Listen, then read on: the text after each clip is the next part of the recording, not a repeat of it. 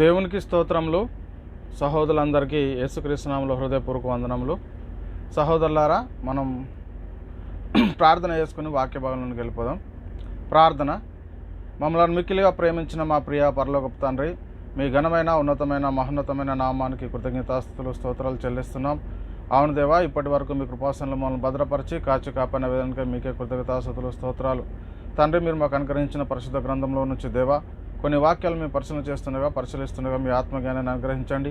ఆత్మ సంబంధమైన సంగతులతో సరిచూసుకుంటూ కృప చూపించి ప్రతి విషయం ద్వారా మీకే ఘనత మహిమ ప్రభావాలు పొందుకోమని ముందున్న సమయమంతా మీ చేతులకు అప్పచెప్తూ ఈ ప్రార్థన మీ ప్రియ కుమారుడు మా ప్రభును రక్షకుడైన యేసుక్రీస్తు వారి పరిశుద్ధమైన నామంలో ప్రార్థన అడిగి వేడుకుంటున్నాను. పరలోకమందున మా కన్న తండ్రి, ఆమెన్.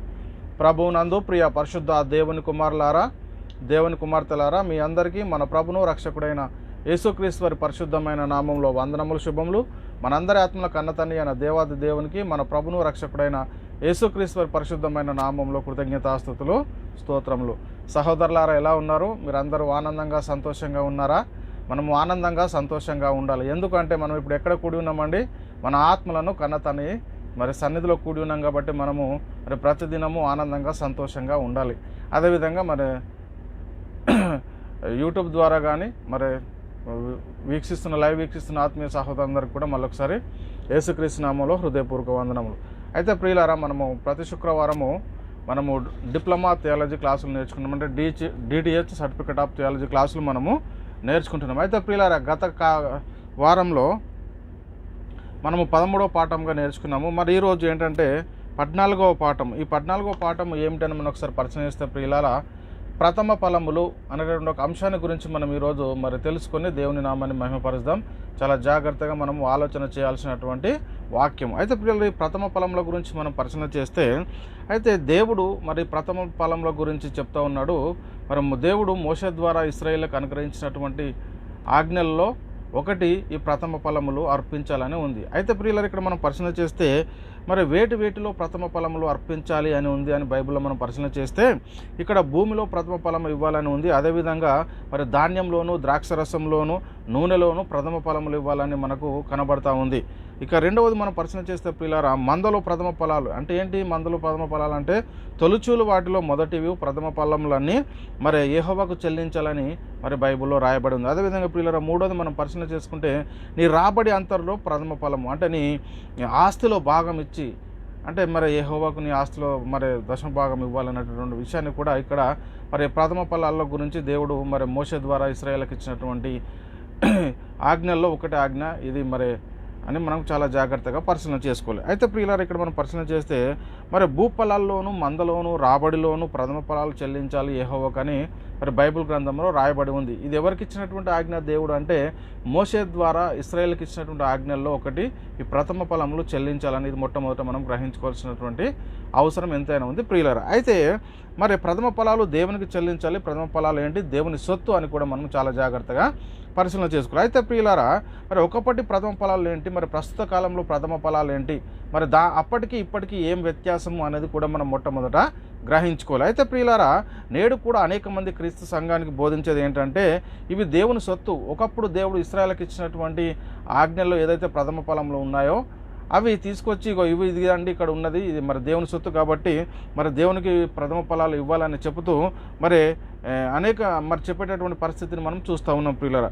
అయితే క్రొత్త నిబంధన కాలంలో కూడా క్రీస్తు యేసే ముఖ్యమైన మూలరాయి ఉండగా అపోస్తుల ప్రవక్తలు వేసిన పునాదిలో అంటే ప్రస్తుత కాలంలో దేవునికి ప్రథమ ఫలం ఏంటి అనేది మనం గుర్తించాలి. కానీ దేవుడు ఒకప్పుడు ఇశ్రాయేలీలకు ఇచ్చినటువంటి ఆజ్ఞ ఏదైతే ఉందో ఈ ప్రథమ ఫలాలు యెహోవాకు అర్పించాలని ఉందో అవి తీసుకొచ్చి నేడు క్రీస్తు సంఘానికి బోధించడం ఎంతవరకు కరెక్టు అనేది మనం మొట్టమొదట గ్రహించుకోవాల్సిన అవసరం ఏంటంటే, ప్రస్తుత కాలంలో ప్రథమ ఫలం ఏంటి అనేది మనం మొట్టమొదట గ్రహించుకోవాల్సిన అవసరం ఎంతైనా ఉంది ప్రియులారా.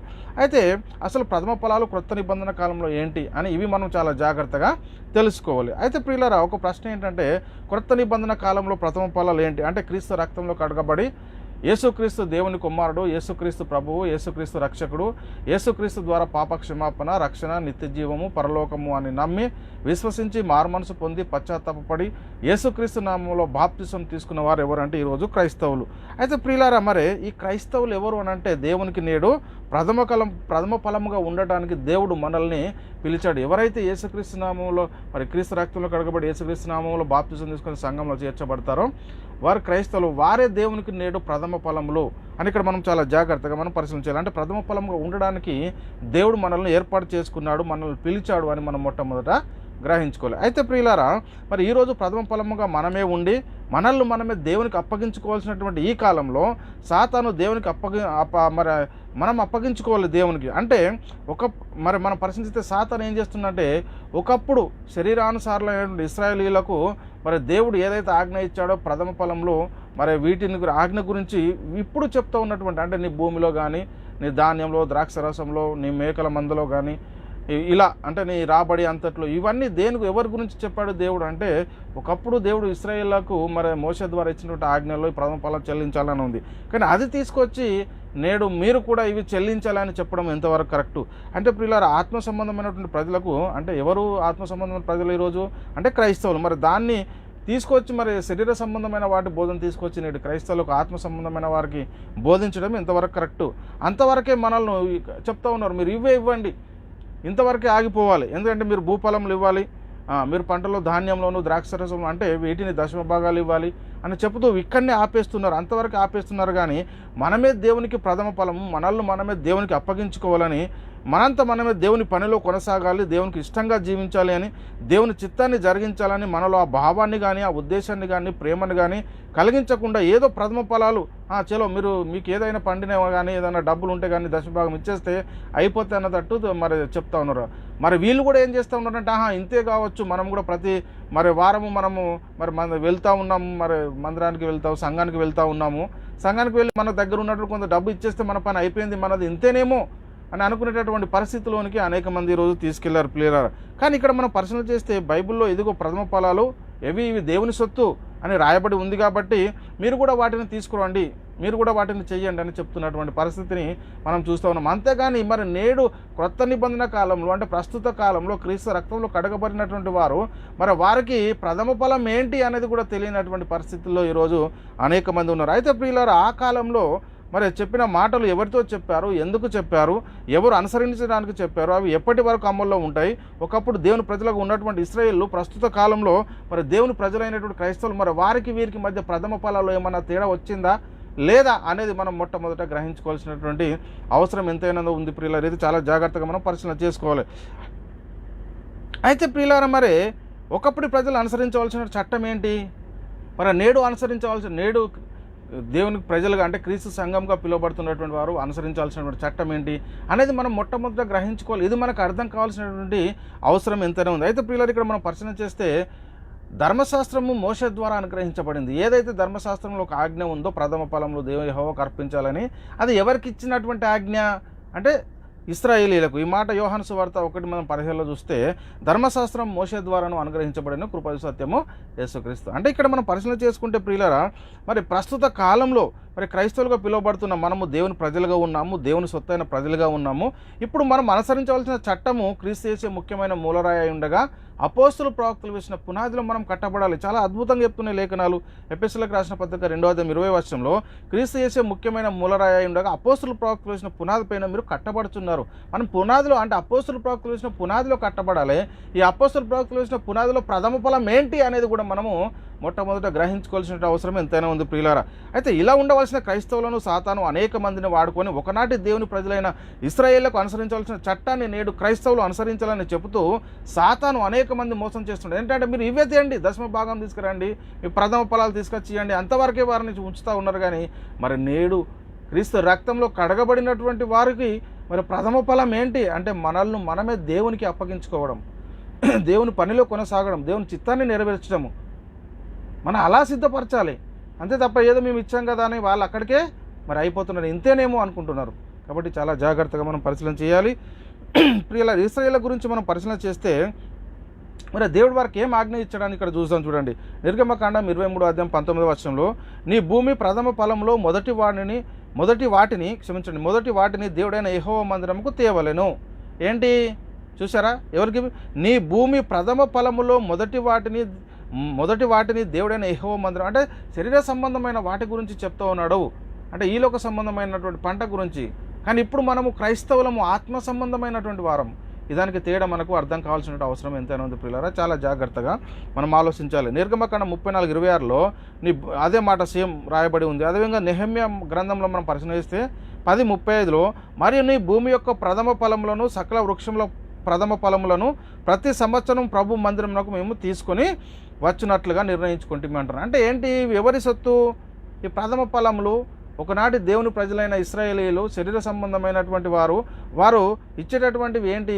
ఇవి ప్రథమ ఫలములు దేనికి అంటే శరీర సంబంధమైన ప్రథమ ఫలాలు దేవుని యెహోవా సొత్తు అని ఇక్కడ మనకు కనబడుతుంది. మరియు మీ భూమి యొక్క ప్రథమ ఫలములను సకల వృక్షముల పదములను ప్రతి సంవత్సరము ప్రభు మందిరముకు మేము తీసుకొని రావడానికి అంటే ఇక్కడ ఆజ్ఞ ఇచ్చాడు కాబట్టి మీ ప్రతి ప్రథమ ఫలములు యెహోవా సొత్తు అని ఉంది కాబట్టి వారికి ఇచ్చినటువంటి ఆజ్ఞలో ఉంది కాబట్టి వారు చేశారు.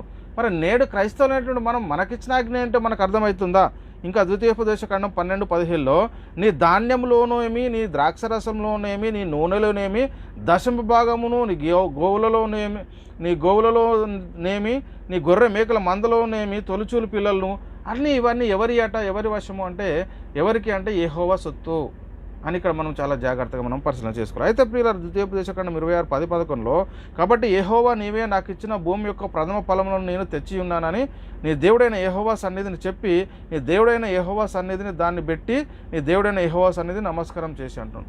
అంటే ఈ ప్రథమ ఫలములు అన్నీ తీసుకురావడానికి గల కారణం ఏంటంటే దేవుడు వారికి ఇచ్చినటువంటి ఆజ్ఞ అని మనము ప్రథమ ఫలములు అర్పించాలి వారు అని ఇక్కడ మనకు చాలా స్పష్టంగా మనకు అర్థమవుతుంది. అయితే ప్రియులారా ఇంకా మనం పరిశీలన చేసే ద్వితీయోపదేశకాండము 18:4 కూడా నీ ధాన్యంలోను, నీ ద్రాక్షరసంలోను, నీ నూనెలోను ప్రథమ ఫలములను, నీ గొర్రె మేకలం మొదటివి అని చెప్తున్నాడు. ఇవన్నీ ప్రథమ ఫలాలు ఎవరికి ఇవి చెల్లించాలి? యెహోవాకు దేవుడు ఇచ్చినటువంటి ఆజ్ఞ ప్రకారము వాళ్ళు ఇశ్రాయేలీయులు నడుచుకోవాలి. ఇది మనం మొట్టమొదట గ్రహించుకోవాలి. ఇంకా ద్వితీయోపదేశకాండం 26:2 నీ దేవుడైన యెహోవా నీకు ఇచ్చుచున్న నీ భూమిలో నుండి నీవు కూర్చుకొని ఫలములన్నిటిలోనూ ప్రథమ ఫలములను తీసుకొని గంపలో ఉంచి నీ దేవుడైన యెహోవా తన నామమునకు మందిరమును ఏర్పరచుకుని స్థలమునకు వెళ్ళి అంటాడు. అంటే ఇక్కడ మనకు ఏమర్థమవుతా ఉంది అంటే దేవుడు ఏదైతే వారికి ప్రథమ ఫలములు ఇవ్వమన్నాడో, ప్రథమ ఫలాలు నా సొత్తు అన్నాడు. ఏంటి? భూమిలో కానీ మరి గొర్రె మందలలో కానీ మొదటి వాడివి కానీ దాని రాబడి అంతటిలో కానీ వీటన్ని అంటే ద్రాక్షరసం, నూనెలో ఇవన్నిటిలో మరి మనం పరిశీలన చేస్తే ప్రియులారా ఈ ప్రథమ ఫలాలన్నీ యెహోవా సొత్తు అని ఇక్కడ మనకు చాలా స్పష్టంగా పాత నిబంధన గ్రంథంలో రాయబడి ఉంది. ఇది ఎవరు అనుసరించడానికి ఇచ్చిన చట్టం అంటే ఇశ్రాయేలీయులు. అలాగే ప్రియులారా మరి మందలో తొలుచులు వాటిని ప్రథమ ఫలముల గురించి మనం కూడా ఇప్పుడు పరిశీలన చేద్దాం.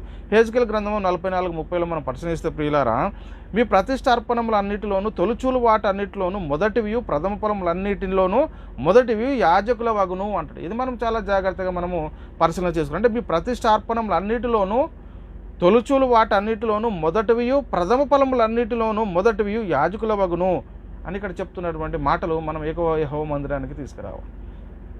ఇది ఎవరికి ఇచ్చినటువంటి ఆజ్ఞ అంటే ఒకనాడు దేవుని ప్రజలైన ఇశ్రాయేలులకు దేవుడు మోషే ద్వారా ఇచ్చినటువంటి ఆజ్ఞల్లో వారు అర్పించాల్సినటువంటివి ఇవి అని మనం మొట్టమొదట గ్రహించాలి. అయితే ప్రియులారా ఇంకా ద్వితీయోపదేశకాండము 12:6 ఇక్కడ మీ బలులను, మీ దశమ భాగములను, ప్రతిష్టార్పణములుగా మీరు చేయు నైవేద్యములను, మీ మొక్కుబడి అర్పణములను, మీ స్వేచ్ఛార్పణములను పశువుల్లోను గొర్రె మేకలలోను తొలుచుల వాటిని తీసుకొని రావాలెను.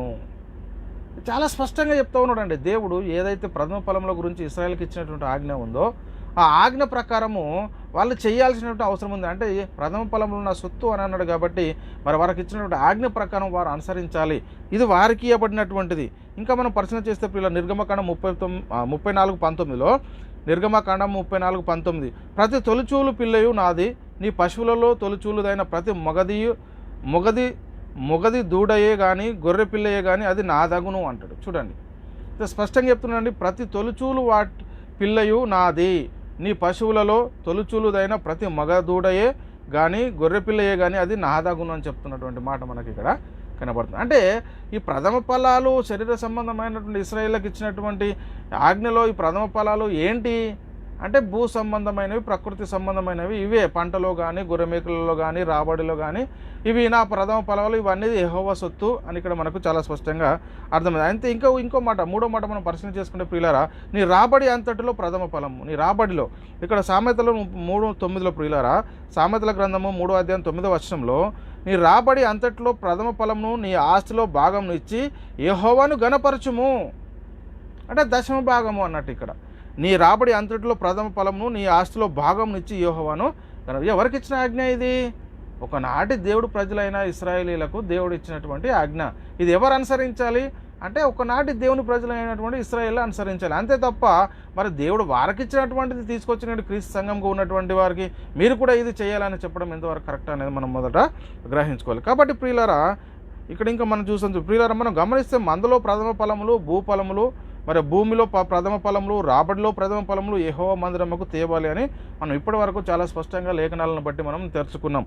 అయితే ప్రియులారా, మనం పరిచయం చేస్తే మరి దేవుడు ఇశ్రాయేలు గురించి ఒక మాట చెప్తూ ఉన్నాడు. ఇవన్నీ ఒకసారి చెప్పాడు, ఇవన్నీ మీరు తీసుకురండి, ఇవి యెహోవా సొత్తు అని వారికి ఇచ్చిన ఒక ఆజ్ఞ ఇచ్చాడు. ఆ తర్వాత ఇంకా వారి గురించి ఒక మాట చెప్తూ ఉన్నాడండి. అంటే ఇంతకు ముందేమో ప్రకృతి సంబంధంగా అంటే భూఫలాల్లో కానీ, ద్రాక్షరసం నూనెలో కానీ, మందలో కానీ, రాబడిలో కానీ ఇవి ప్రథమ ఫలాలు నా సొత్తు అన్నాడు.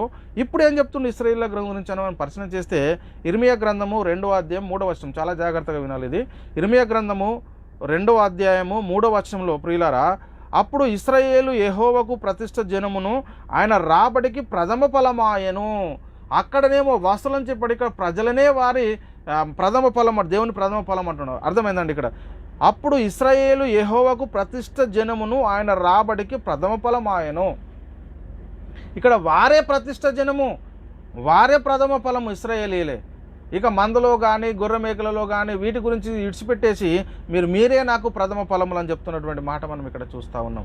అయితే ప్రియులారా, ఇక్కడ చాలా జాగ్రత్తగా మనం పరిశీలన చేసుకోవాలి. మరి మనం ముందు పరిశీలన చేసిన పంటలో కానీ ప్రథమ ఫలములు, మందలో ప్రథమ ఫలములు, ద్రాక్షరసంలో, నూనెలో, రాబడిలో ఇలా చూసాం. కానీ ఇందులో ఇశ్రాయేలు ప్రతిష్ఠ జనము ఆయన రాబడికి ప్రథమ, వారే ప్రతిష్ఠ జనము, వారే ప్రథమ ఫలము, వారే దేవునికి అప్పగించుకోవాల్సినటువంటి పరిస్థితి అని మనం దీన్ని బట్టి చాలా జాగ్రత్తగా మనం పరిశీలన చేసాం. చూడండి ప్రియులారా, ఎంత గొప్పగా మనకు దేవుడు రాసించి ఉంచాడు.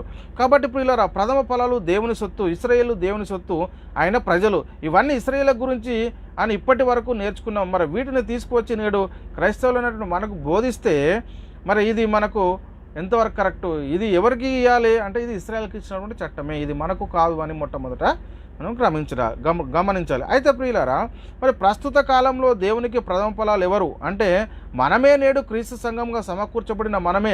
యేసుక్రీస్తు దేవుని కుమారుడు, యేసుక్రీస్తు రక్షకుడు, యేసుక్రీస్తు ప్రభువు, యేసుక్రీస్తు ద్వారా పాపక్షమాపణ, రక్షణ, నిత్యజీవం, పరలోకం అని నమ్మి విశ్వసించి మారు మనసు పొంది పశ్చాత్తాపడి యేసుక్రీస్తు నామములో బాప్తిసం తీసుకొని సంఘంలో చేర్చబడిన వారు ఎవరు? వీరు క్రైస్తవులు. మరి వీరే దేవునికి ప్రథమ ఫలములు అని మనం చాలా జాగ్రత్తగా మనం పరిశీలన చేసుకోవాలి. అంటే క్రైస్తవులే అయినటువంటి మనమే నేడు దేవునికి ప్రథమ ఫలములు. ఇది మనం చాలా జాగ్రత్తగా మనం పరిశీలన చేసుకోవాలి, వీటిని బోధించాలి. అంతే తప్ప శరీర సంబంధమైనటువంటి ఇశ్రాయేలుకు దేవుడు ఏదైతే ఇచ్చాడో ఈ ధాన్యంలోను, ద్రాక్షరసంలోను, నూనెలోను, మందలోను, నీ రాబడిలోను వీటిని తీసుకొచ్చి మీరు ఇవే చేయాలని చెప్తే వారు అక్కడి వరకే ఊకుండా మేము ఇంతే కావచ్చు అనుకుంటున్నారు. కానీ నీవే దేవునికి అర్పించుకోవాలని చెప్పేటటువంటి పరిస్థితిని మనం అక్కడ చూడట్లేదు అని మనం మొట్టమొదట గ్రహించుకోవాలి ప్రియులారా, చాలా జాగ్రత్త.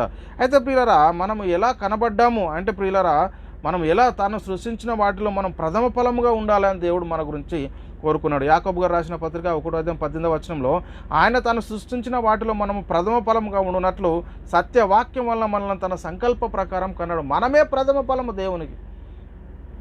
నువ్వు ఆస్తిలోను, రాబడిలోను వాటినిచ్చి కాదు, నీవే దేవునికి అప్పచెప్పుకోవాలి ఇప్పుడు నేడు అని ఇక్కడ మనకు చాలా స్పష్టంగా మనకు అర్థమవుతా ఉంది ప్రియులారా. ఇంకా రోమిలకు రాసిన పత్రిక 8:23లో అంతేకాదు ఆత్మ యొక్క ప్రథమ ఫలములు నొందిన మనము కూడా దత్తపుత్రత్వం కొరకు అనగా మన దేహం యొక్క విమోచన కొరకు కనిపెట్టుచు మనలో మనము మూలుగుచున్నాము అంటాడు. అంటే ఆత్మ యొక్క ప్రథమ ఫలము నొందిన మనము కూడా దత్తపుత్రత్వం కొరకు అనగా మన దేహం యొక్క విమోచన కొరకు కనిపెట్టు మనలో మనం మూలుగుచున్నాం. అంటే ఆత్మ యొక్క ప్రథమ ఫలం పొందినటువంటి మనమే దేవునికి ప్రథమ ఫలము నేడు.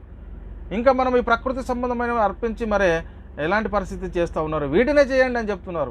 కానీ దేవుని చిత్తాన్ని కానీ దేవుని ఉద్దేశాన్ని కానీ మరి దేవుని కార్యాన్ని కానీ జరిగించేటటువంటి పరిస్థితిలోనికి వాళ్ళని సిద్ధపరుస్తున్నట్లుగా మనకు కనబడట్లేదు ప్రియులారా. చాలా జాగ్రత్త. అయితే ప్రియులారా, మరి ప్రస్తుత కాలంలో ప్రథమ ఫలంలో దేవుని సొత్తు ఏంటి అంటే మనమే దేవుని సొత్తు, మనమే దేవునికి అప్పగించుకోవాలి, మనమే దేవుని ప్రథమ ఫలము. కాబట్టి ప్రియులారా, మన జీవితంలో ప్రథమ స్థానం ఎవరికి ఇవ్వాలి అంటే దేవునికి ఇవ్వాలి. మనము ఆయన సొత్తైన ప్రజలము. చూడండి ప్రియులారా, మనము ఆయన సొత్తైన ప్రజలము.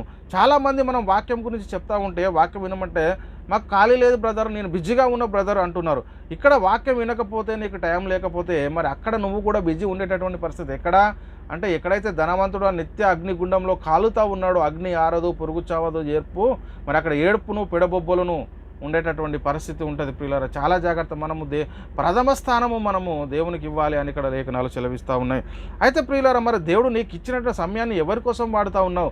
24 గంటలు ఇచ్చిన సమయం, 24 గంటలను ఎవరి కోసం వాడుతూ ఉన్నావు? మరి దేవుని కోసం ఎంత మట్టుకు నీ సమయాన్ని వెచ్చిస్తున్నావు? మరి దేవుని పనిలో ఎంత మట్టుకు నువ్వు ముందున్నావు? మనకిచ్చినటువంటి ఆజ్ఞ ప్రకారము మరి ఎంతమందికి నువ్వు సువార్త ప్రకటిస్తే, మరి ఎంతమంది సహోదరులను నువ్వు ప్రేమిస్తావు అంటే సువార్త ప్రకటిస్తున్నావా లేదా అనేది మొట్టమొదట గమనించుకోలేదు. దేవుని మాట వినకపోతే, దేవుని చిత్తం నెరవేర్చకపోతే ఏం జరుగుతుందంటే ప్రియులారా, యేసుక్రీస్తు వారు ఒక ఉపమానం చెప్పాడండి. మత్తయి సువార్తలో మనం పరిశీలన చేస్తే, మత్తయి సువార్త 22వ అధ్యాయం 1 నుంచి 14 వచనాల్లో మనం పరిశీలన చేస్తే ప్రియులారా, పరలోక రాజ్యం గురించి ఇక్కడ రాయబడినటువంటి మాటలు.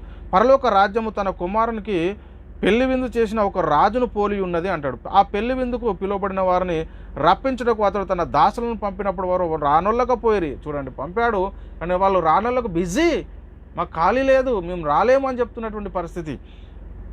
కాగా అతడు, ఇదిగో నా విందు సిద్ధపరిచి ఉన్నాను, ఎద్దులను క్రొవ్విన పశువులను వధించబడినవి అంతయు సిద్ధంగా ఉన్నవి, పెళ్లి విందుకు రండి అని పిలువబడిన వారితో చెప్పుడని వేరే దాసులను పంపెను. కానీ వారు లక్ష్యం చేయట్లేదు. ఈరోజు కూడా దేవుని మాటలను లక్ష్యం చేయట్లేదు, దేవుని చిత్తాన్ని గ్రహించట్లేదు. అందుకే ఇక్కడ చెప్తుండు, వారు లక్ష్యం చేయక ఒకడు తన పొలమునకును మరి ఒకడు తన వర్తకమునకు వెళ్ళిరి, తక్కిన వారు తన దాసుని పట్టుకొని అవమానపరిచిరి. ఈరోజు కూడా మరి దేవుని వాక్యాన్ని వినడానికి ఎంతమంది మరి ముందుకు వస్తున్నారు? దేవుని వాక్యాన్ని ప్రకటించడానికి మరి ఎంతమందికి ముందుకు వస్తున్నారు అంటే లేదు, బిజీ అయిపోయారు ఈ లోక సంబంధంలో. దేవుడు ఇచ్చినటువంటి 24 గంటల్లో మరి ఎంత సమయం దేవుని వాక్యాన్ని వింటున్నావు? ఎంతమందికి మరి నీ సువార్త ప్రకటిస్తున్నావు?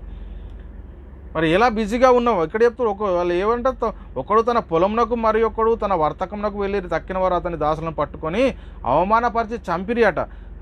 కాబట్టి రాజు కోపపడి తన దండను పంపి ఆ నరహంతకులను సంహరించి వారి పట్టణము తగలబెట్టెను. అప్పుడు అతడు పెళ్లి విందు సిద్ధంగా ఉన్నది కానీ పిలువబడిన వారు పాత్రులు కారు. నేను క్రైస్తవుని అని చెప్పుకుంటున్నావు, నువ్వు పిలిపించుకుంటున్నావు, కానీ నువ్వు పాత్రుడువా కాదా అనేది మొట్టమొదట గ్రహించుకోవాలి. కనుక ప్రియులారా, ఇక్కడ ఏం చెప్తున్నా 9వ వచనం, కనుక రాజమార్గమునకు పోయి మీకు కనబడిన వారందరినీ పెళ్లి విందుకు పిలువుడని తన దాసులతో చెప్పిన. ఆ దాసులు రాజమార్గమునకు పోయి చెడ్డవారినేమి మంచివారినేమి తమకు కనబడిన వారందరినీ పోగు చేసిరి గనక విందుకు వచ్చిన వారితో ఆ పెళ్లిశాల నిండెను. రాజు కూర్చున్న వారిని చూడగా లోపలికి వచ్చి అక్కడ చూసేటప్పుడు ఏమైందట, పెళ్లి వస్త్రం ధరించుకొనని ఒకరిని చూసి, స్నేహితుడా పెళ్లి వస్త్రం లేక ఇక్కడికి ఎలాగ వచ్చావని అడగగా వాడు మౌని అయి ఉండేను. మరి ఈరోజు నేను క్రైస్తవునని చెప్పుకుంటున్నావు కానీ మరి దేవుని పని చేయకపోతే, దేవునికి ప్రథమ స్థానం ఇవ్వకపోతే మరి నువ్వు ఎలాంటి పరిస్థితిలో ఉంటావు? దేవుడు అడిగితే నువ్వు లెక్కేం చెప్తావు అనేటువంటి విషయాన్ని ఇక్కడ నువ్వు చూసుకోవాలి. అంతటా రాజు వీడిని కాళ్ళు చేతులు పట్టి వెలుపటి చీకటిలో త్రోసివేయడి అక్కడ ఏడ్పును పండ్లు కొరుకుటయు ఉండడాన్ని పరిచారకులతో చెప్పాను. కాగా పిలువబడిన వారు అనేకులు, ఏర్పరచబడిన వారు కొందరే అని చెప్పాను. మరి పిలువబడుతున్నావు, పిలిపించుకుంటున్నావు, కానీ ఏర్పాటులో ఉన్నావా? దేవుని చిత్తంలో ఉన్నావా? దేవుడు నిన్ను ఎరిగాడా లేదా? నేను దేవునికి తెలుసు అంటే కాదు, దేవునికి నువ్వు తెలుసా లేదా అనేది మొట్టమొదట నువ్వు ఒకసారి పరిశీలన చేసుకోవాల్సిన అవసరం ఎంతైనా ఉంది ప్రియులారా. చాలా జాగ్రత్త. ఎందుకంటే ప్రియులారా, ఇక్కడ మనము కూడా పిలువబడిన వారము. ఎక్కడి నుండి పిలువబడిన వారం మనము అని ఇక్కడ మనం పరిశీలన చేస్తే, చీకటిలో నుండి తన ఆశ్చర్యకరమైన తన వెలుగులోనికి మనల్ని పిలిచాడు తండ్రి. మరి పిలిచినటువంటి పరిస్థితుల్లో మరి మనం ఏం చేస్తున్నామండి?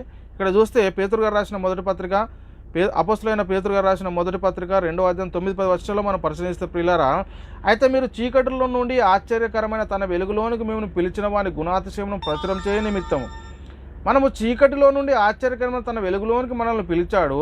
మరి పిలిచిన దేవుని గుణాతిశయాలను మనం ప్రచురం చేయ నిమిత్తము ఏర్పరచబడిన వంశమును, రాజులైన యాజక సమూహమును, పరిశుద్ధ జనమును, దేవుని సొత్తు అయిన ప్రజలు. మనం దేవుని సొత్తు. ఈరోజు మనల్ని మనమే ప్రథమ ఫలంగా తండ్రికి అప్పగించుకోవాలి, దేవునికి అప్పగించుకోవాలి. మరి మనము యాజక ధర్మాన్ని జరిగించాలి, సహోదరులను ప్రేమించాలంటే వాక్యాన్ని ప్రకటించాలి. మరి ఈరోజు ఏం చేస్తూ ఉన్నావు? వాక్యాన్ని ప్రకటిస్తున్నావా? నీ వర్తకంలో బిజీ అయిపోయావా? పొలానికి వెళ్ళిపోయారు ఒకరు, మరి వ్యాపారానికి వెళ్ళిపోయారు. రాజు పిలిచినప్పుడు తర్వాత మళ్ళీ ఒకరు వస్తే పెళ్లి వస్త్రం లేక వచ్చిన వాళ్ళని అడుగుతున్నాడు, స్నేహితురా నువ్వు ఎలా వచ్చావు పెళ్లి వస్త్రం లేకంటే? మౌని అయి ఉంటే మరి వెలుపడి చీకటి కదా పడవేయండి, అక్కడ ఏడ్పు పళ్ళు కొరకుడు ఉంటుందని చెప్తున్నాను. మరి మన పరిస్థితి ఎలా ఉంది? మరి దేవుడు ఈరోజు దేవుని పని మనం చేయకపోతే మరి క్రీస్తు రెండవ రాకడ వచ్చినప్పుడు మరి ఆయనను సిగ్గులేని ముఖాలతో మనం ఎదుర్కోవాలంటే మనం ముందున్నటువంటి పనిని మనం చేయగలుగుతా ఉన్నామా లేదా అనేది మనల్ని మనం ఒకసారి మొట్టమొదట గ్రహించుకోవాలి ప్రియులారా. చాలా జాగ్రత్తగా మనము లేఖనాలను పరిశీలన చేయాల్సిన అవసరం ఎంతైనా ఉంది ప్రియులారా.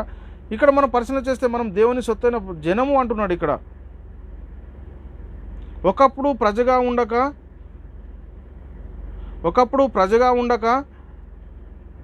ఇప్పుడు దేవుని ప్రజ అవుతుంది. ఒకప్పుడు కనికరింపబడక ఇప్పుడు కనికరింపబడిన వారైతారు. ఒకప్పుడు ప్రజగా లేము, మరి ఇప్పుడు దేవుని ప్రజలమైతే. ఒకప్పుడు కనికరింపబడక మరి ఇప్పుడు కనికరింపబడిన వారం అయితే. మరి ఇప్పుడు మనం ఎలా ఉన్నాము, మన పరిస్థితి ఏంటి అని ఒకసారి మనల్ని మనమే చాలా జాగ్రత్తగా పరిశీలన చేసుకోవాలి ప్రియులారా. కాబట్టి మత్తయి సువార్తలో రాజు ఏమన్నాడు, వాళ్ళని పిలిచాడు కానీ అక్కడ వాళ్ళు రాలేరు. ఏమన్నలు వారు బిజీ అయిపోయారు. ఒకరు పొలానికి వెళ్ళిపోయారు, ఒకరు వర్తకానికి వెళ్ళిపోయారు, ఇంకోళ్ళు చెప్తూ వారి వాళ్ళ దాసులను కొట్టి చంపినటువంటి పరిస్థితిని కూడా చూస్తూ ఉన్నాం. కానీ ఇక్కడ మరి దేవుడు మనల్ని పిలిచాడు. మరి రాజు పిలిచినప్పుడు రాకపోతే ఏం జరిగింది? చీకటి గదిలో వేయండి అన్నాడు. మరి దేవుడు మనల్ని పిలిచినప్పుడు దేవుని చిత్తానికి లోపడకపోతే మనకేం జరుగుతుంది? మనం పరిశీలన చేసుకున్నామా, ఎప్పుడైనా ఆలోచన చేసామా అనేది మొట్టమొదట మనం గ్రహించుకోవాలి. కాబట్టి ప్రియులారా, మనం దేవుని చిత్తం జరిగించకపోతే దేవుడు చూస్తూ ఊరుకుంటాడు? ఆలోచన చేయండి. ఆయన సొత్తు అయినటువంటి మనము చీకటిలో నుండి తన ఆశ్చర్యకరమైనటువంటి వెలుగులోనికి మనల్ని పిలిచి మనము పని చేయమంటే, మీరు నా సొత్తు, మీరు నా పని చేయమంటే మరి ఎంత మట్టుకు మనం పని చేస్తూ ఉన్నాము ఆలోచన చేయండి ప్రియులారా. మనము ఎవరి వారం అంటే క్రీస్తు వారం. మరి క్రీస్తు ఎవరి వారు అంటే దేవుని వారు. మరి అలాంటిది మనము మరి క్రీస్తు వారు ఎవరి పని చేశాడు అంటే దేవుని పని చేశాడు. మరి మనం క్రీస్తు వారం అయినాం కదా, మరి మనం ఎవరి పని చేయాలి అంటే సాతాను పైన ఎవరి పని చేస్తూ ఉన్నాం నేడు ఈరోజు మనం? ఇక్కడ మనం పరిశీలన చేస్తే ప్రియులారా, అపోస్తులైన పౌలు గారు కొరింథీయులకు రాసిన మొదటి పత్రిక 3:23లో మీరు క్రీస్తు వారు, క్రీస్తు దేవుని వాడు. మరి యేసు క్రీస్తు వారు దేవుని పని చేశాడు. మరి మనం కూడా క్రీస్తు పని చేస్తూ ఉన్నామా? ఎలాంటి పరిస్థితిలో ఉన్నాం ప్రియులారా? మనము మరి సువార్త ప్రకటన చేస్తూ ఉన్నామా లేదా? కాబట్టి ప్రియులారా, ఏదో మనకు తోచిన కొంత డబ్బు కానీ ఏదైనా ఇస్తే సరిపోద్దని చెప్పడము, దా ప్రకారంగానే బోధించడము ఎంతవరకు కరెక్ట్ కాదు. ఎందుకంటే అది ఈలోక సంబంధమైనది. కానీ మనల్ని మనమే దేవునికి అప్పగించుకోవాలి, దేవుని పనిలో వాడబడుతూ ఉండాలి. ఇక్కడ చూస్తే పిల్లరా, అపోస్తులైన పౌలు గారు ఒక మాట చెప్తున్నాడు. అపోస్తులైన పౌలు గారు రోమిలకు రాసిన పత్రిక 12:1-2లో కాబట్టి సహోదరులారా, పరిశుద్ధమును దేవునికి అనుకూలమై ఉన్న సజీవ యాగముగా మీ శరీరంలో ఆయనకు సమర్పించుకునుడని దేవుని వాత్సల్యమును బట్టి మిమ్మల్ని బతిమాలుకొనుచు ఇట్టి సేవ మీకు యుక్తమై ఉన్నది. బతిమాలుకొనుచున్నాను. ఎలా బతిమాలు? దేనికోసమట? సజీవ యాగముగా మిమ్మల్ని మీరే దేవునికి సమర్పించుకోండి అంటున్నాడు. చూడండి ప్రియులారా, ఎంతటి గొప్ప మాటలు మనకి ఇక్కడ రాయబడి ఉన్నాయి. కాబట్టి సహోదరులారా, పరిశుద్ధమును దేవునికి అనుకూలమై ఉన్న సజీవ యాగముగా మీ శరీరములను ఆయనకు సమర్పించుకుంటే దేవుని వాత్సల్యమును బట్టి మిమ్మల్ని బతిమాలుకొనుచున్నాను. ఇట్టి సేవ మీకు యుక్తమై ఉన్నది అని చెప్పి మీరు ఈ లోక మర్యాదను అనుసరింపక ఉత్తమమును అనుకూలమును సంపూర్ణమై ఉన్న దేవుని చిత్తమేదో పరీక్షించి తెలుసుకొనున్నట్లు మీ మనసు మారి నూతన మగుట వలన రూపాంతరం పొందాలి. ఎలాంటి పరిస్థితుల్లో ఉన్నాం ప్రియులారా? ఉత్తమమును అనుకూలమైన ఉత్తమమును అనుకూలమును సంపూర్ణమైన దేవుని చిత్తం మీద పరీక్షించావా? ఈరోజు నీ కోసం దేవుడు ఏం కోరుకుంటున్నాడు? నిన్ను నీవే దేవునికి ప్రథమ ఫలంగా ఉండాలని కోరుకుంటున్నాడు. మరి ఎలాంటి పరిస్థితిలో ఉన్నావు ప్రియులారా? ఉత్తమమును అనుకూలమును సంపూర్ణమైన దేవుని చిత్తం మీద పరీక్షించి తెలుసుకొనున్నట్లు మీ మనస్సు మారాలి. నూతన పరచబడటం వల్ల మనం రూపాంతరం పొందాల్సినటువంటి అవసరం ఎంతైనా ఉంది ప్రియులారా. చాలా జాగ్రత్తగా మనం పరిశీలన చేసుకోవాలి. కాబట్టి ప్రియులారా, అపోస్తులైన పౌలు గారు ఎలా జీవించాడో ఇలా చెప్తా ఉన్నాడు. ఇక్కడ అపోస్తులైన పౌలు గారు ఆయన జీవించిన యొక్క జీవిత విధానాన్ని గురించి మనకు చెప్తా ఉన్నాడు. ఏంటట? ఎలా జీవించాడట? నేను క్రీస్తుతో కూడా సిలువ వేయబడి ఉన్నాను, ఇకను జీవించువాడను నేను కాదు, క్రీస్తే నాయందు జీవించుచున్నాడు. నేను ఎప్పుడు శరీరమందు జీవించుచున్న జీవితము నన్ను ప్రేమించి నా కొరకు తన్ను తాను అప్పగించుకున్న దేవుని కుమారుని యందలి విశ్వాసం వల్ల జీవిస్తున్నాను. ఎందుకోసం జీవిస్తున్నాడని పౌలు గారు? ఆయన యొక్క ఉద్దేశం ఏంటంటే, నేను క్రీస్తుతో కూడా సిలువ వేయబడి ఉన్నానని చెప్పి ఇక నువ్వు జీవించబడని నేను కాదు. మరి ఎవరట? క్రీస్తే నాయందు జీవించుచున్నాడు, నేను ఇప్పుడు శరీరమందు జీవించుచున్న జీవితము, ఇది చాలా అద్భుతంగా వినాలి.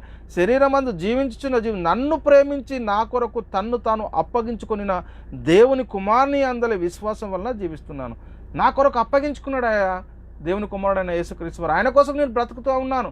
నన్ను నేనే ఆయనను సమర్పించుకున్నానని చెప్తున్నటువంటి పరిస్థితిని మనం ఇక్కడ చూస్తూ ఉన్నాం. మరి మన పరిస్థితి ఎలా ఉంది? మనం ఎలాంటి పరిస్థితిలో ఉన్నామో ఒకసారి పరిశీలన చేసుకోవాల్సిన అవసరం ఎంతైనా ఉంది ప్రియులారా. కాబట్టి ప్రియులారా, మనం దేవుని పని చేయాలి. లేకపోతే మన మీద దేవుని దీర్ఘశాంతం ఎంతవరకు ఉంటుందంటే ప్రియులారా, మనం ఈ శరీరంలో ఉన్నంత కాలం ఈ శరీరాన్ని విడిచిపెడితే తీర్పు అనేది జరిగిపోతుంది. మరి ఎలాంటి పరిస్థితుల్లో ఉన్నాం చూడండి. అపోస్తలుడైన పౌలు గారు కొరింథీయులకు రాసిన 2వ పత్రిక 5వ అధ్యాయం 14-15 వచనాలు మనం పరిశీలన చేస్తే, క్రీస్తు ప్రేమ మమ్మల్ని బలవంతం చేయుచున్నది, ఏలయనగా అందరి కొరకు ఒకడు మృతి పొందిన గనక అందరూ మృతి పొందిరనియో, జీవించి వారిక మీదట తమ కొరకు కాక తమ నిమిత్తము మృతి పొంది తిరిగి లేచిన వాని కొరకే జీవించుటకు ఆయన అందరి కొరకు మృతి పొందినని నిశ్చయించుకొనిచున్నాము. జీవించి వారిక ఎవరి కోసం జీవించాలట? ఎవరి కోసమట?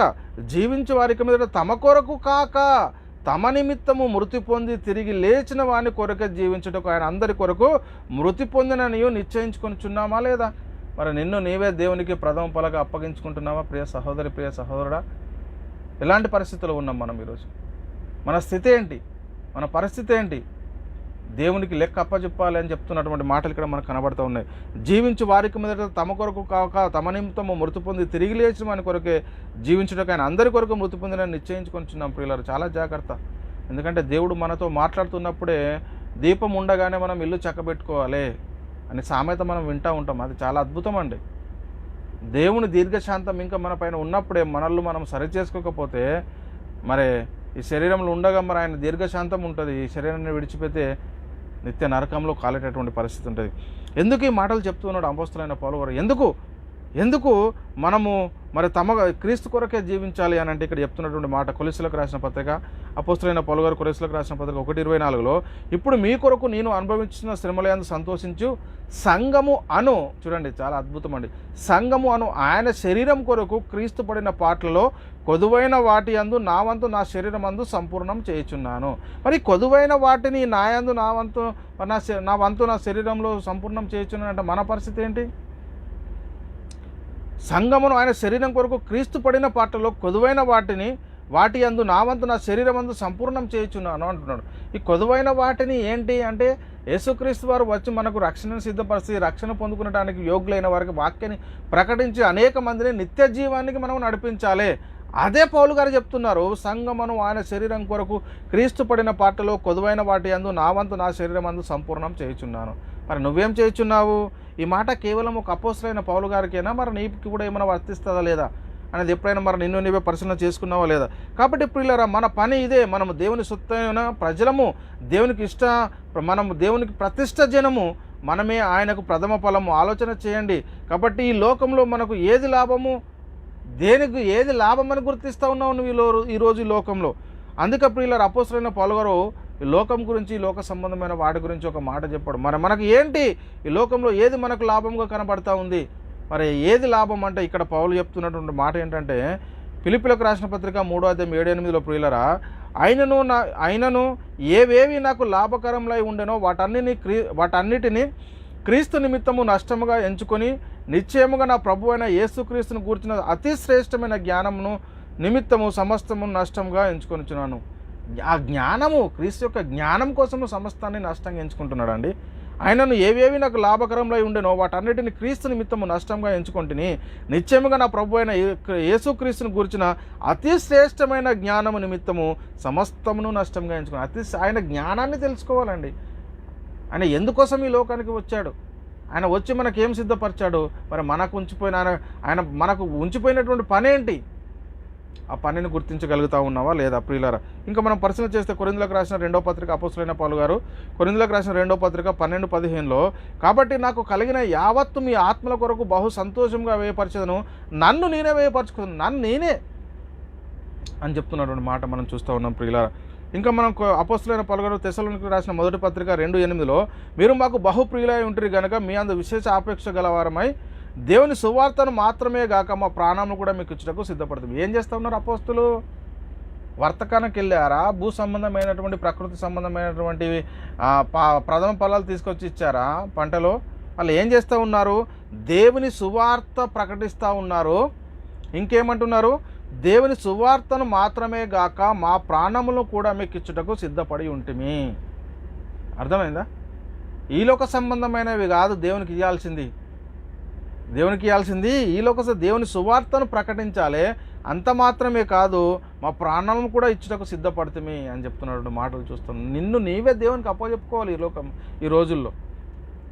ఇదండి దేవుడు మనల నుండి కోరుకుంటున్నటువంటిది. అపోస్తుల కార్యములు 20:24 ప్రియులారా, అయితే దేవుని కృపా సువార్తను గురించి సాక్ష్యం ఇచ్చుటయందు నా పరుగును. ఏంటి? దేవుని కృపా సువార్త. మనం పనే అదండి సువార్తను ప్రకటించటము. అయితే దేవుని కృపా సువార్తను గురించి సాక్ష్యం ఇచ్చుటయందు నా పరుగును, నేను ప్రభువైన యేసు వలన పొందిన పరిచర్యను. ఏం పొందాడండి పౌలు గారు? పరిచర్య జరిగించాలి. నీ పనే అది. ఈరోజు దేవుడు నిన్ను పిలిచిందే అందుకు. చీకటిలో నుండి తన ఆశ్చర్యకరమైన వెలుగులోనికి నిన్ను పిలిచాడు. ఆయనకు యాజక ధర్మం జరిగించాలి. నిన్ను నీవే అప్పగించుకోవాలి. నువ్వే దేవునికి ప్రథమ ఫలము అని చెప్పి చెప్తున్నాడు పౌలు గారు. నేను ప్రభువైన యేసు వలన పొందిన పరిచర్య, వాక్యాన్ని ప్రకటించడము.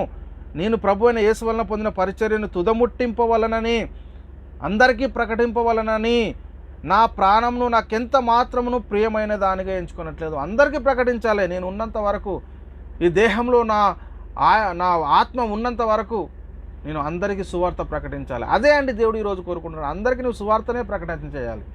నువ్వు పిలువబడింది అందుకు. నేను ప్రభు అయిన యేసు వల్ల పొందిన పరిచర్య తుదముట్టింపు వల్లని నా ప్రాణము నాకెంత మాత్రమును ప్రియమైన దానిగా ఎంచుకున్నట్లేదు అంటాడు. కాబట్టి ప్రియులారా, ఇక్కడ అపోస్తుల యొక్క పని ఏమిటంటే సువార్త ప్రకటించడమే. మరే మన పరిస్థితి ఎలా ఉంది? మనం ఏం చేస్తూ ఉన్నాము? ధాన్యంలో ద్రాక్షరసంలో ఇస్తూ ఉన్నామా? అక్కడి వరకు ఇచ్చి ఆగిపోతున్నామా? ఏదో కొంచెం డబ్బు చందా వేస్తున్నావా? అంతవరకు అయిపోతుందని పని. ఎక్కడ ఉన్నావు ప్రియ సహోదరి, ప్రియ సహోదరుడా? మరే నీ పని ఏంటి అంటే, ఇక్కడ నేను ప్రభు అయిన యేసు వలన పొందిన పరిచర్యను తుదముట్టించాలి. అదే నీ పని ఈరోజు. కాబట్టి ప్రియులారా, మనం స్కూల్ పిల్లల గురించి మనం పరిశీలన చేస్తే వారికి 2 గంటల్లో 2 గంటలన్నర ఎగ్జామ్ టైం ఉంటుంది. ఆ టైంలో వాళ్ళు ఏం చేయాలంటే, ఇచ్చినటువంటి ప్రతి ఒక్క దానికి ఏం చేయాలి? వీళ్ళు సమాధానం రాయాలి. ఆన్సర్ రాయాలి. ఆ క్వశ్చన్ పేపర్ ఇస్తారు వీళ్ళకి ఎగ్జామ్లో, దానికి ప్రతి ఒక్క దానికి ఆన్సర్ రాయాలి. వాళ్ళు రాసే టైంలో ప్రియులారా ఒక గ్రేస్ పీరియడ్ అనేది ఉంటుంది, ఒక 15 నిమిషాల ముందు. అయితే వీళ్ళు ఏం చేస్తూ ఉంటారంటే, ఏవైతే క్వశ్చన్స్ ఇచ్చారో వాటికి ఆన్సర్ రాయడానికి గబగబా రాస్తూ ఉంటారు. ఎందుకంటే ఇచ్చినటువంటి ఆన్సర్లు అన్నీ రాయాలని అటు ఇటు చూడరు, ఇక రాస్తూనే ఉంటారు. ఎందుకంటే టైం అయిపోయేలోపు పూర్తి చేసి ఇచ్చేయాలి. లేకపోతే నేను ఇంకా రాస్తాను అంటే వచ్చి తీసుకెళ్ళిపోతాడు పేపరు. మరి ఈరోజు నీ పరిస్థితి ఎలా ఉంది? మరి దేహంలో ఉన్నంత వరకే దేవుని యొక్క పని జరిగించకపోతే, నేను తర్వాత చేస్తానులే, రేపు చేస్తానులే అని అంటే ఏమైపోతుంది? ఇంతలో కనబడి అంతలో మాయమైపోతే ఎక్కడికి వెళ్తావు? ఒకసారి నిన్ను నీవే పరిశీలన చేసుకో పిల్లలు. చాలా జాగ్రత్త. మరి మనకిచ్చినటువంటి సమయాన్ని, దేవుడు మనకిచ్చినటువంటి పనిని మనం ఎంత మట్టుకు తుదముట్టిస్తున్నాము అనేది మనలో మనమే పరిశీలన చేసుకోవాలి. ప్రియులారా, మన పరిస్థితి ఏంటి? నేను ఎందుకు క్రైస్తవునయ్యాను? నా జీవితం యొక్క పరమార్థం ఏంటి అని ఎప్పుడైనా ఆలోచించావా లేదా అనేది అర్థం చేసుకోవాలి. కానీ యేసుక్రీస్తు వారు గుర్తించగలిగాడు. ఎందుకంటే యేసుక్రీస్తు వారు చెప్తున్నారు, కొంత దూరం వెళ్ళి ఆయన సాగిలపడి, తండ్రి సాధ్యమైతే ఈ గిన్నె నా యొద్ద నుండి తొలగిపోనిము, ఆయనను నా ఇష్ట ప్రకారం కాదు నీ చిత్త ప్రకారమే కానిము, నీ చిత్త ప్రకారమే కానిము. మత్తయి సువార్త 26:39 మాటలు రాయబడి ఉన్నాయి. అదేవిధంగా హెబ్రీయులకు రాసిన పత్రిక 10:5-7 వచనాల్లో, కాబట్టి ఆయన ఈ లోకంలో ప్రవేశించినప్పుడు ఇలాగ చెప్పుచున్నాడు, బలియు అర్పణ నువ్వు కోరలేదు కానీ నాకు ఒక శరీరాన్ని అమర్చావు, అది కూడా మనలాంటి శరీరాన్నే. పూర్ణ హోమములను పాప పరిహారార్థ బలులను నీకు ఇష్టమైనవి కావు. అప్పుడు నేను గ్రంథపు చుట్టలో నన్ను గురించి రాయబడిన ప్రకారం, దేవా నీ చిత్తం నెరవేర్చకు ఇదిగో నేను వచ్చి నీ చిత్తాన్ని నెరవేర్చకు వచ్చాను అన్నాడు. మరి మనము క్రీస్తు వారమైనప్పుడు, క్రీస్తు దేవుని వారు, మరి మనము దేవుడేమో, మరి క్రీస్తు వారేమో దేవుని పని చేశారు. మరి మనమే పని చేస్తూ ఉన్నాము? క్రీస్తు పని చేస్తూ ఉన్నామా? దయ్యం పని చేస్తూ ఉన్నామా? ఎలాంటి పరిస్థితుల్లో ఉన్నాం చూడండి. దేవుడు చిత్తాన్ని నెరవేర్చాడండి. క్రీస్తు వారు ఏమంటారు? దేవాన్ని చిత్తం నెరవేర్చకు ఇదిగో నేను వచ్చి ఉంటుంది. మరి మనం ఎవరు చిత్తం నెరవేర్చడానికి వచ్చాం ఈ లోకానికి? ఆలోచన చేయాలి. కాబట్టి ప్రియులారా, మనం ఎలా ఉన్నామో, మన ఆలోచన ఏంటి, మన ఆలోచన ఎలా ఉంది? మరి మనం దేవుని పని చేయగలుగుతున్నామా లేదా?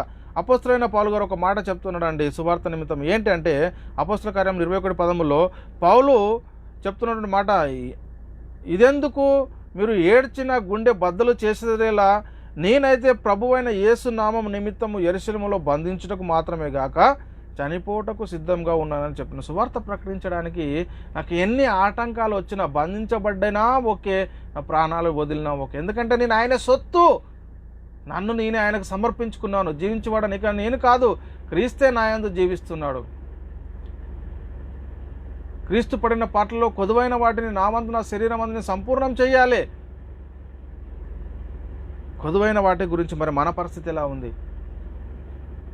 అపోస్తలుడైన పౌలు గారు తిమోతికి రాసిన 2వ పత్రిక 4వ అధ్యాయం 6 వచనాలు, నేను ఇప్పుడే ప్రాణార్పణముగా పోయబడుచున్నాను, నేను వెడలిపోవు కాలం సమీపమై ఉన్నది కనుక మంచి పోరాటము పోరాడి తిని నా పరుగు కడముట్టించి తిని విశ్వాసంగా. నేను ఇప్పుడే ప్రాణార్పణంగా పోయబడాలి అని చెప్తున్నాడు అండి. ప్రాణార్పణంగా పోయబడుతున్నాడు. ఎందుకు మనం ప్రాణార్పణంగా పోయబడాలి ప్రియులారా? ఎందుకు పోయబడాలి అంటే కొరింథీయులకు రాసిన 2వ పత్రిక అపోస్తలుడైన పౌలు గారు కొరింథీయులకు రాసిన 2వ పత్రిక 4:10-11 యేసు యొక్క జీవము మా శరీరమందు ప్రత్యక్షపరచుటకై యేసు యొక్క మరణానుభవమును మా శరీరమందు ఎల్లప్పుడూ వహించుకొని పోచున్నాము. ఏలయనగా యేసు యొక్క జీవము కూడా మా మర్త్య శరీరమందు ప్రత్యక్షపరచబడినట్లు సజీవులమైన మేము ఎల్లప్పుడూ యేసు నిమిత్తము మరణమునకు అప్పగించబడుచున్నాము. అంత అద్భుతం అండి.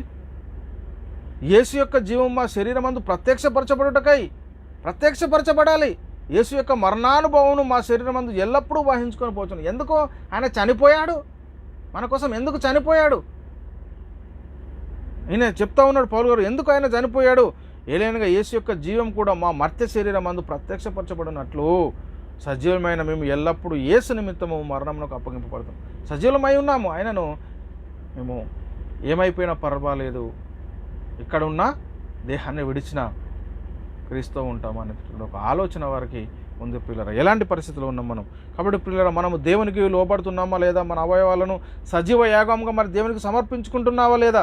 కాబట్టి ప్రియులారా, ఇప్పుడు మనల్ని మనమే దేవునికి అప్పగించుకోవాలి. మనమే ఇప్పుడు దేవునికి ప్రథమ ఫలము. కాబట్టి ప్రియులారా, ఇప్పుడు మనము ఎవరి కొరకు పని చేస్తూ ఉన్నాము? చాలామంది నాకు ఖాళీ లేదు బ్రదర్, బిజీగా ఉన్న బ్రదర్ అని చెప్తున్నటువంటి పరిస్థితి. మరి ఇక్కడ బిజీగా ఉంటే అక్కడ ఎలా ఉంటావు? ఒకసారి ఆలోచన చేయండి. కానీ దేవుని దగ్గర మీరు చెప్పేది దేవుడు ఒప్పుకుంటాడా? ఎందుకంటే నువ్వు దేవునికి ప్రతిష్ట జనము, ప్రథమ ఫలము, ఆయన సొత్తైన ప్రజవు నువ్వు. మరి నువ్వు ఆయన పని చేయకపోతే ఆయన ఒప్పుకుంటాడా అండి?